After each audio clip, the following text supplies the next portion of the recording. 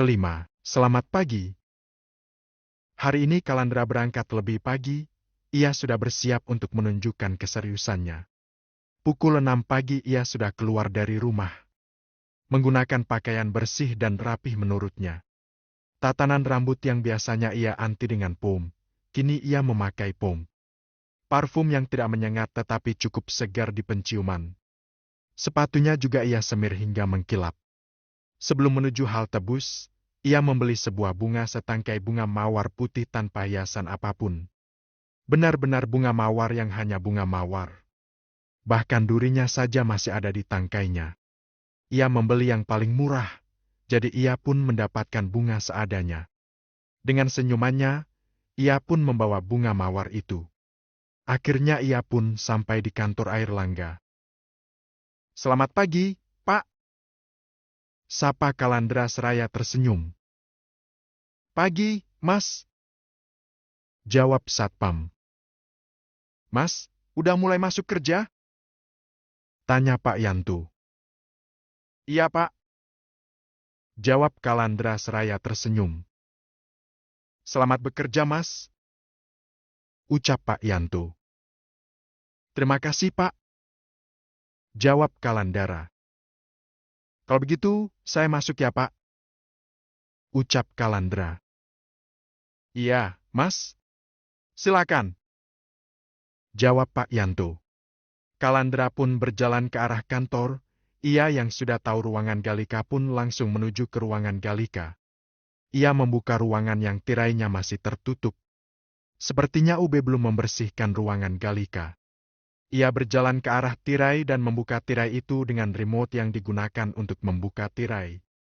Sedikit banyak Kalandra paham, jika tirai di kantor elit seperti ini pasti tidak menggunakan tirai manual. Kaca besar yang pemandangannya langsung ke gedung-gedung tinggi di sekitarnya. Kalandra tidak lupa menghidupkan AC, kemudian ia pun berjalan ke arah meja kerja Galika yang terlihat berantakan. Ia pun merapikan dokumen-dokumen itu sesuai dengan huruf abjad. Tumpukan dokumen sudah rapih. Ia juga tidak lupa mengelap mejanya dengan tisu. Ia menghidupkan komputer Galika, kemudian ia mengeluarkan botol parfumenya yang sudah tidak terpakai, karena bentuknya yang unik menurutnya cocok untuk meletakkan bunga mawar yang tadi ia beli. Ia menggunakan cutter untuk membersihkan duri yang ada di tangkai bunga mawar itu, kemudian ia berjalan ke arah dispenser untuk mengisi air ke dalam botol parfum yang sudah ia bersihkan sebelumnya. Tidak banyak air yang ia isikan ke dalam botol, yang terpenting tangkai bunganya sudah terendam air supaya bunganya tetap segar. Seorang OB masuk ke ruangan Galika dan ia cukup terkejut. "Masuk saja, Pak," ucap Kalandra seraya tersenyum. "Maaf, Anda siapa ya?" tanya Ab itu seraya mengernyitkan dahinya. "Saya Kalandra," jawab Kalandra seraya tersenyum. "Maaf, Masnya ada keperluan apa di ruangan Bu Galika?" tanya Ab itu yang kali ini menatap Kalandra dari ujung kepala hingga ujung kaki. Kalandra hanya tersenyum saja. "Saya bukan orang jahat. Saya sudah ada janji bertemu dengan Bu Galika dan beliau sudah mengizinkan saya untuk menunggu di sini. Masnya, kalau mau membersihkan ruangan Bu Galika silakan saja," jawab Kalandra tersenyum ramah.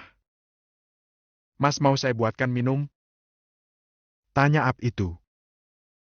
"Tidak perlu, Mas. Silakan Mas lanjutkan saja pekerjaannya," jawab Kalandra yang masih saja tersenyum.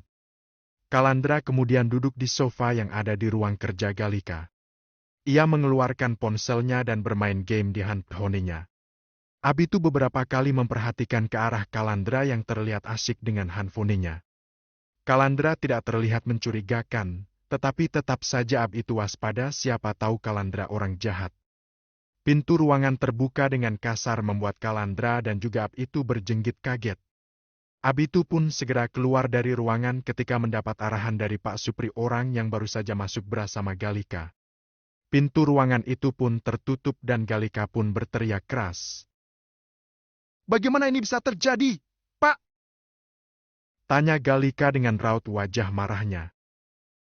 "Proyek itu sudah saya incar dari lama, dan kemarin mereka sudah deal dengan kita. Bagaimana bisa mereka membatalkan begitu saja proyek ini?" Tanya Galika dengan nada suara tinggi. Kemarin memang kita sudah deal, tetapi kita belum ada penanda tangan kontrak. Kita masih mengobrol santai saja. Jawab Pak Supri. Saya tidak mau tahu.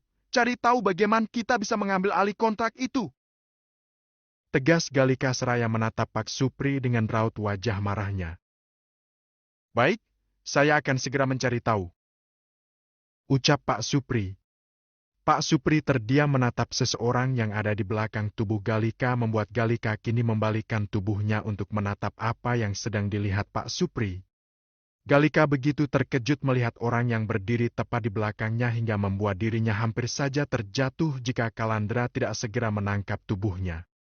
Galika terdiam beberapa saat ketika menatap wajah Kalandra begitu dekat.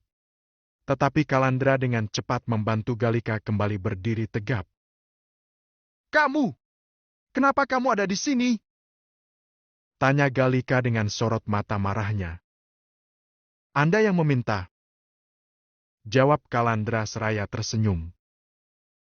Apa otakmu bermasalah setelah mencoba bunuh diri? Tanya Galika menatap tidak suka pada Kalandra. Anda sendiri yang meminta saya untuk menunjukkannya, bukan? Maka, saya hari ini akan menunjukkan keseriusan saya.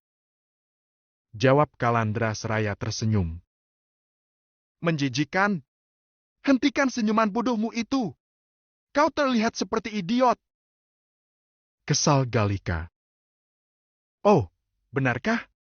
Tapi, banyak yang bilang jika senyuman saya sangat manis hingga terbawa ke alam mimpi. Ucap Kalandra yang masih tersenyum.